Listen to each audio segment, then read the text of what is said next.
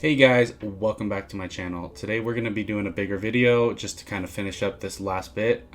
Each component that we're going to be talking about, we're not going to spend too much time on, so the entire video might be a little long, but it's got good information on each little piece. So we're going to be doing cases, motherboards, power supplies, and storage memory.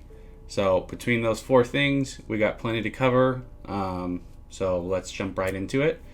Alright, so the main things to cover in motherboards is going to be the size of the motherboards, the slots that are available, and then typical features on motherboards.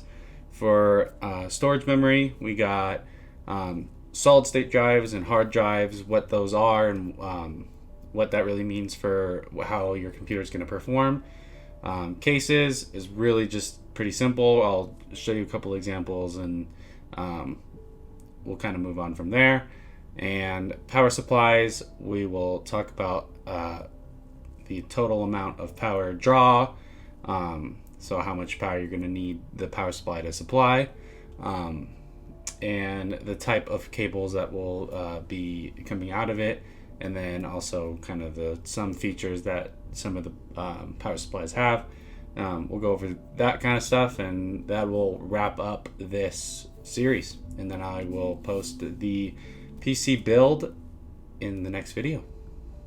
Alright, so for the storage memory, the main ideas are going to be total size, and then hard drives versus solid state drives, and then what the new craze of the NVMe M.2 drives are, and what that kind of means for you in terms of how fast your computer will get the memory it needs, and read and write speeds and things like that.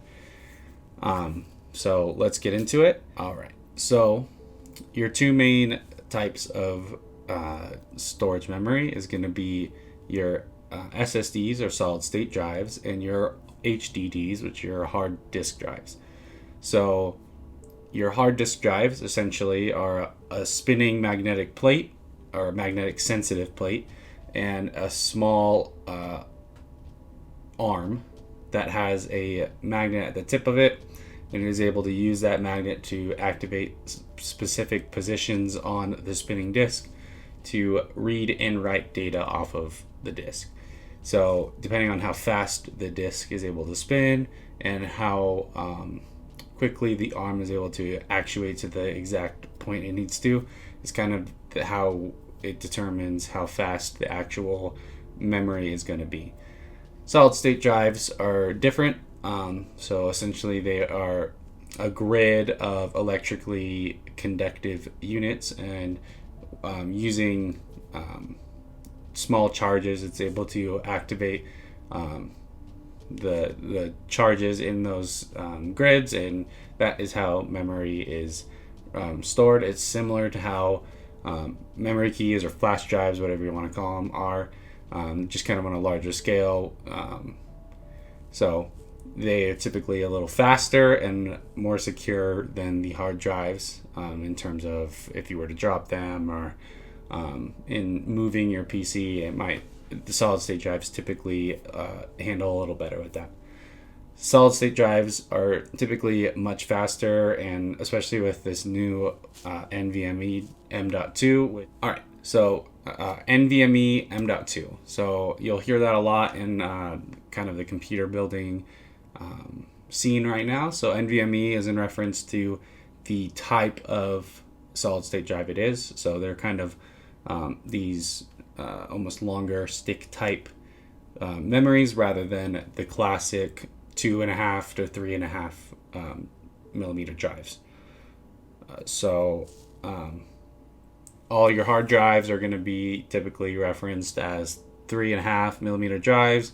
Most of the older style solid state drives are going to be 2.5, and then NVMe is going to be kind of a thin, small stick that is going to be laid directly onto the motherboard, in most cases. And these are kind of the new craze. And then the next piece of that is the M.2, and that is in reference to the particular port it is actually being plugged into. So that's how you kind of get the NVMe M.2. So you can have NVMe SATA drives, and you can also have SSD drives using a different type of connector into M.2 if you really wanted to. So those are what the NVMe M.2 is, and the reason this is important is because they are kind of the fastest we have right now, and they are being built into even the newest AMD style motherboards, the X570, support the fastest type of this, so they can read and write very quickly, and the potentials have grown even more.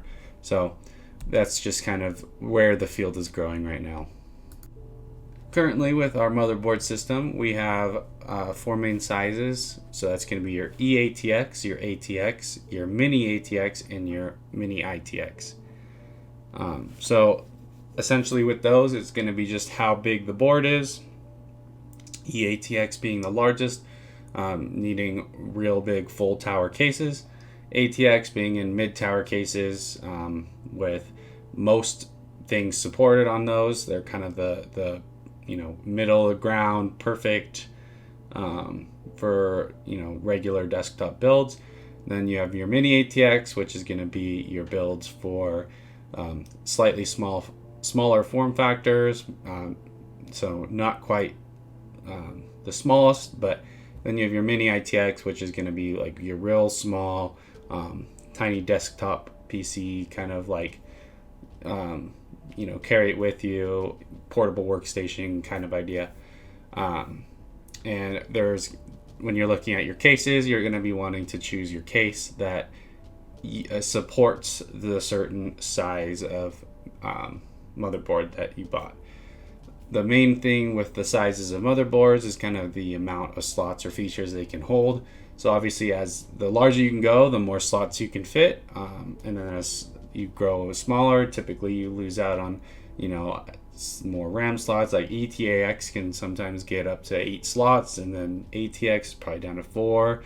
You can probably keep that with mini ATX, but usually they drop down to 2, and then mini ITX is usually 2, and then you have your PCIe slots, which is going to be where you plug in your graphics cards and your capture cards and sound cards and all those types of things. So typically with ATX, you can get 2 16s and maybe 2 4s, which is just the amount of pins that are within the actual slot. So things like sound cards and capture cards might be in a 4-pin slot, whereas your graphics card is going to be in the 16-pin.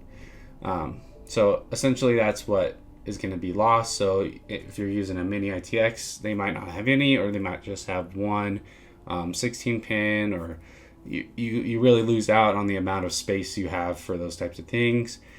Similar with the M.2 ports, so you might have less room to plug in your NVMe M.2 or solid state drives into the actual board. Like mini ITX might not even be able to fit one on it, whereas in eATX you might be able to get 2 or 3. So really just the sizes are going to be with what kind of features you can add in, things like built-in Wi-Fi or RGB and RGB controllers, and the amount of things it can support within the case, like ribbon lighting, or individual case fan controls and things like that. The larger the board, usually the more capable they are of controlling more things within the case. So that's kind of what you're going to want to look for, depending on how simple or insane you want your builds. That's kind of going to be where you're going to choose your size, and then your case kind of fits in with that. Whatever case is going to support the motherboard you have. Typically you can find tons of cases. I mean, ultimately it's kind of up to a stylistic choice of what you like, and then the size that the motherboard is in. So all right, and then last but not least is the power supplies. So power supplies are kind of in 2 main things. So it's going to be the amount of wattages they support. So 550 watt to 1200 watt is probably something that you'll see. So tons of brands out there. Typically, I would suggest looking for a brand that you've heard of or seen someone else use. There's just so many brands out there, it's kind of hard. And then they have certification levels. So the rating system is based on the efficiency of the power supply. So how well it's able to give that power out at certain demands. And it's a guarantee, and it's just their way of guaranteeing that their power supply is pushing the power that you want it to at the right times. So we have 80 plus bronze, silver, gold, and platinum. And honestly, if you pick one that has any rating, that's probably better than none. Gold is kind of the sweet spot of better builds, and then typically you can get 80 plus bronze, which is still a good rating. Pretty cheap out there, and they're good for starting out, and that's where I would typically start at. The next thing would be how modular the system is. So typically with power supplies, you have your non-modular, your modular, and then your semi-modular. So I typically buy, or I have for my last few builds, semi-modular, just because for me it's a lot simpler and they come a lot cheaper. So essentially you're going to have cords that are standard. So you're going to be like your basically all your motherboard cords are going to just come straight out, and you're not going to be able to change those out. And then all your other cords are going to be able to be plugged in as needed, and if you wanted them for specific needs, you could change them out as you go. I really like modular or semi-modular, where you can choose what cables you're using, and that's if you want to go get your cabled sleeves, your sleeved cables, then you'll be able to use those in your system and not have to deal with wrapping the cords that are already in there, because some power supplies come with what they call ketchup and mustard cords. So they're red and yellow, and they don't look as well in a build unless you really support the red and yellow and go full blast with it. For the most part, getting a power supply that has nice black cables or whatever color cable you are kind of going for in your build, it really helps to bring that build up to the next level. So that was a real quick overview of kind of what those components are, a little bit about each one. I just try to get this last little bit. There's not a whole lot of information about these ones, so I kind of wanted to just round this out. And then the next video will be the actual computer build. I have it all filmed out, and we will just need to get that together and edited for you guys, and it'll be out soon. Thank you for watching. Subscribe, like, comment, and I'll catch you in the next one.